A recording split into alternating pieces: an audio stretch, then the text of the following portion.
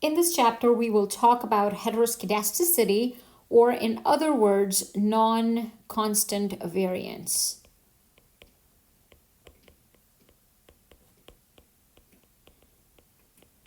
And when we're talking about variance, we are interested in the variance of u, which is our error, given the set of independent variables in our model. Okay, and we're basically saying that the variance of u given x is not equal to a constant, which is to say that as x changes, or as our independent variables change, the variance of u also changes. So what you're familiar with so far is this assumption of homoskedasticity,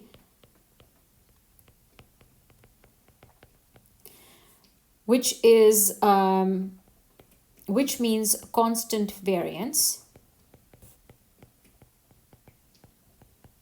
And we said earlier, in earlier chapters, we said that the variance, homoskedasticity, implies that the variance of u given x is a constant, right? Sigma square, okay? Which is basically saying that the error u has the same variance given any value of the explanatory variables in our model, okay? So it does not depend on what is the value of explanatory variables. It is just going to be a constant, okay? So now this assumption can fail sometimes, and there are certain examples. So one of the examples that you're familiar with is the example with when we think about regressing wage on education, experience, and many other variables, for instance, right? So here we're saying, let's say we ran this regression and then we got our error term. If the variance of our error term given the level of education is equal to some constant, then homoskedasticity is justified. However, we can think of, or we have some reason to believe that this is not going to be equal to a constant. And let's try to understand why. So if we were thinking about the variance of u given education, we know from before, we've proven this before, that variance of u given x is actually equal to the variance of y given x, and y in this case is wage. So let's think about the variance of wage given education. So here we're thinking about variance, which is a measure of dispersion or spread. So we're thinking about what would happen to the variance of wages, or the spread or the dispersion of wages, as education were to go up, for instance. So let's say somebody has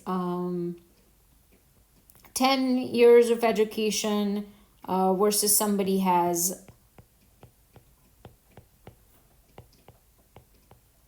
18 years of education.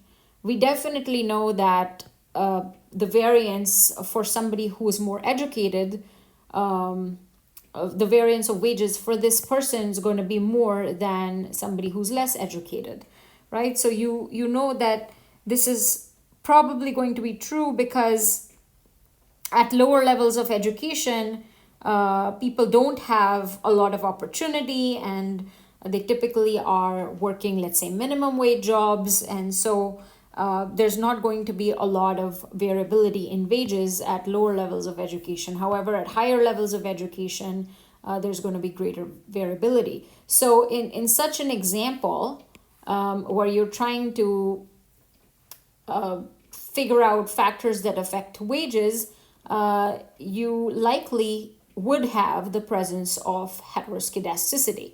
And so this assumption that we keep making when we are running, or when we are getting our OLS estimators, this assumption that we keep making of homoskedasticity will fail in this case. Okay, so in this chapter, we're going to be covering a few points. One is related to what are the consequences of heteroskedasticity for OLS. So what happens when the variance of u given x is not equal to some constant, okay? Or in other words, if the variance of u given x actually changes, I is a subscript for some cross-sectional unit, right? And it's changing based on the value of x for that cross-sectional unit, okay?